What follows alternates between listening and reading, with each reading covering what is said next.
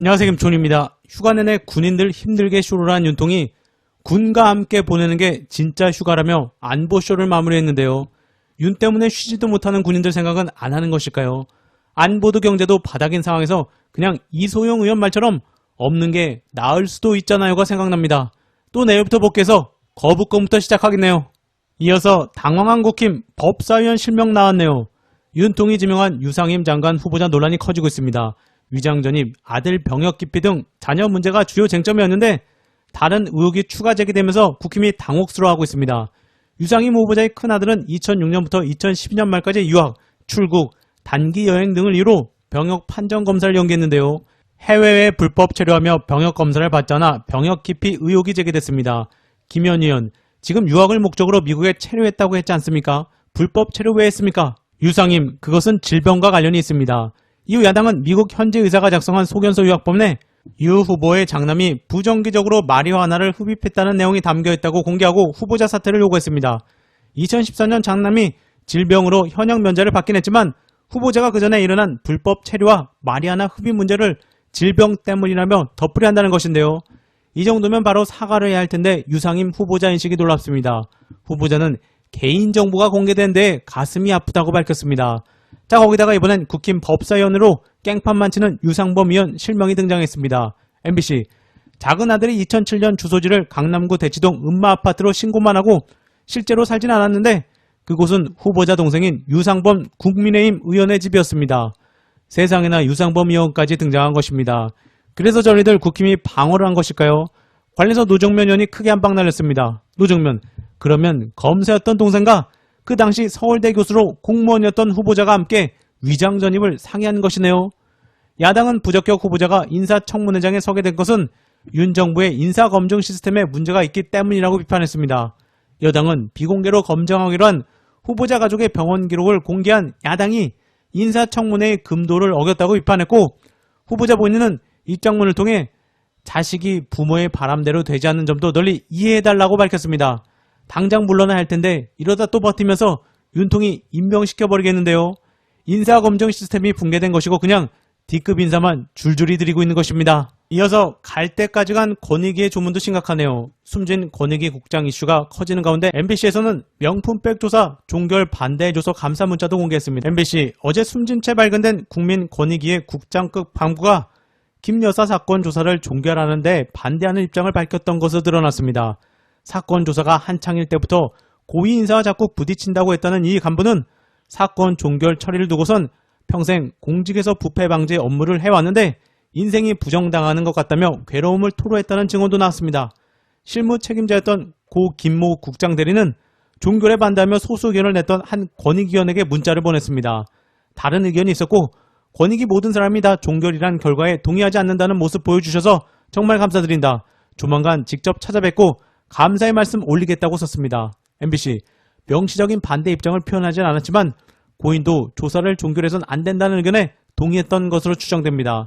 한 관계자는 MBC와의 통화에서 20년 가까이 부패 방지 업무를 해온 자신이 부정당하는 느낌이라며 힘들어했다고 말했습니다.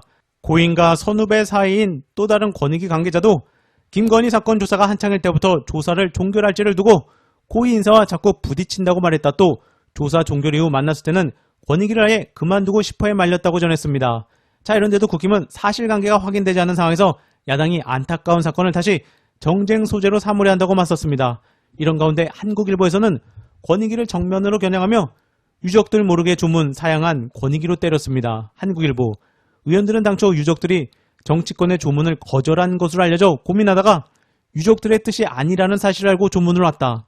의원들은 권익위 측에서 유족 요청에 따라 정치인 등의 조문을 사양한다고 했는데 정작 유족은 이런 사실을 알지도 못했다. 유족이 조문을 온다는 걸 왜 막느냐고 권익위 측에 항의한 것으로 안다고 전했다.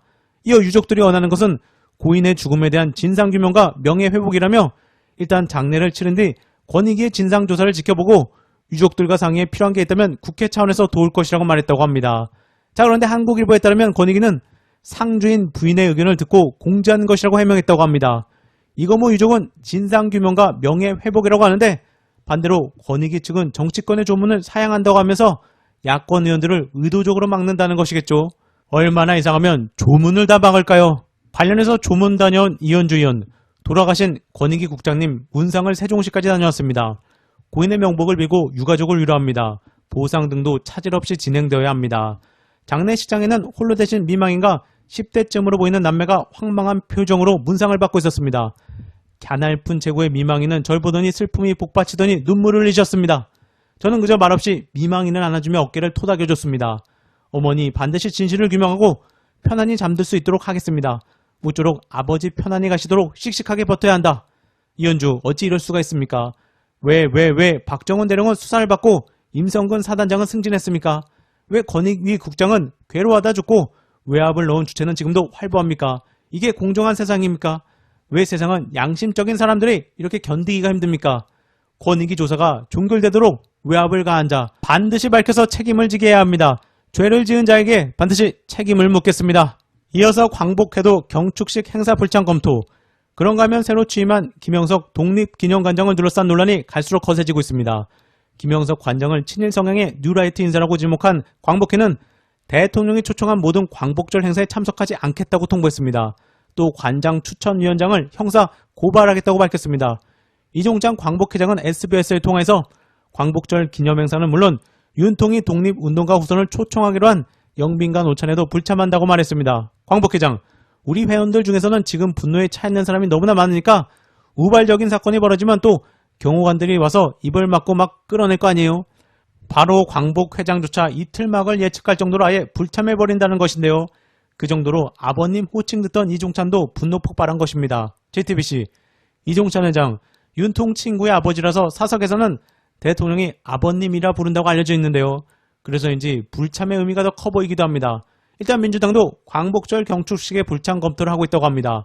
민주당 원내 지도부 관계자는 다음 주 월요일 정도에 결정이 될 것 같다며 분위기상 행사에 참석하기 쉽지 않아 보인다고 전했습니다. 광복회가 빠진 광복절이라니 대통령이 윤으로 바뀌더니 나라가 붕괴되고 있는 현장입니다.